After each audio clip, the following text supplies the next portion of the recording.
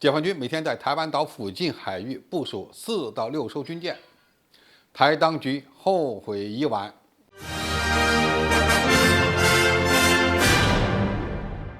观众朋友，大家好，我是付天少。佩洛西窜访台湾事件已经过去快3个月了，然而对台海态势的冲击却是长期的。台湾地区的防务部门负责人邱国正近日表示，自8月份以来，解放军除了每天向台湾地区的防空识别区和跨越所谓的台湾海峡中线派出多架次战机外，解放军的海军也采取了前进部署的行动。邱国正爆料称，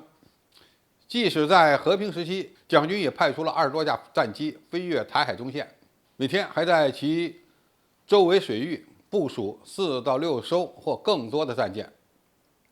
这是台湾地区军方首次披露每天都部署在台湾岛附近的解放军军舰数量。他还透露说，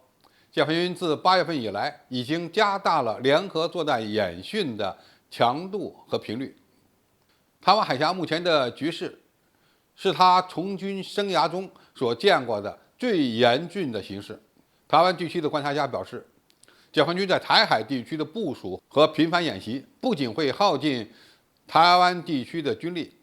而且他们的反应也会增加成本。大陆海军的行动有助于实施海上封锁，或在潜在的海峡两岸的冲突中攻占台湾岛。英国《金融时报》今年早些时候曾经爆料称，解放军的军舰正常态化地部署在日本和台湾地区中间的海域。解放军的军舰每日都在巡航，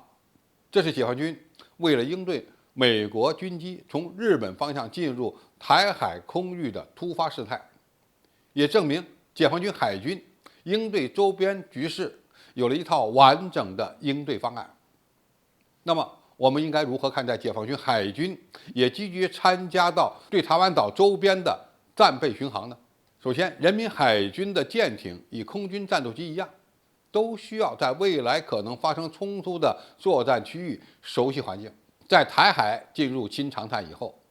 等于给了解放军常态化部署军舰的机会。这样的机会我们当然不会错过。人民海军的军舰的常态化部署，也是对台军事施压的需要。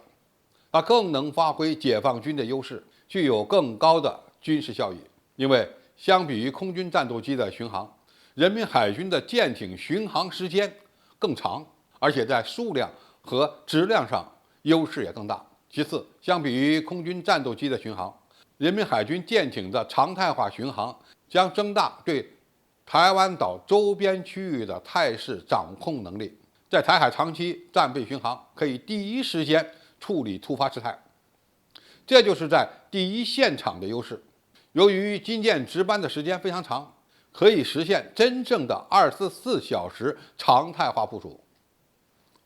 在多舰轮班的情况下，等于让解放军实时的对台湾岛各个方向的24小时作战态势的掌握。最后，此举证明中国人解放军正在用行动彻底改变台海现状，未来没有回去的可能。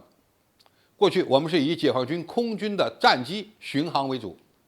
现在是海空军都出现了，而且是一直都没有停止的战备巡逻，意味着我们对域外势力干涉台海事务的回应将是长期的、有力的。要注意一点，解放军的军舰和军机突破所谓的台海中线，对台军更大的压力是作战缓冲区的消失。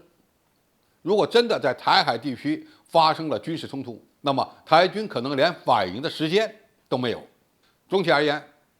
台湾地区的防务部门这次爆料等于承认了解放军对台海现状的改变。这种新常态将会一直持续下去，直到某一天两岸统一的时刻到来。到那时，台军可能没有时间反应，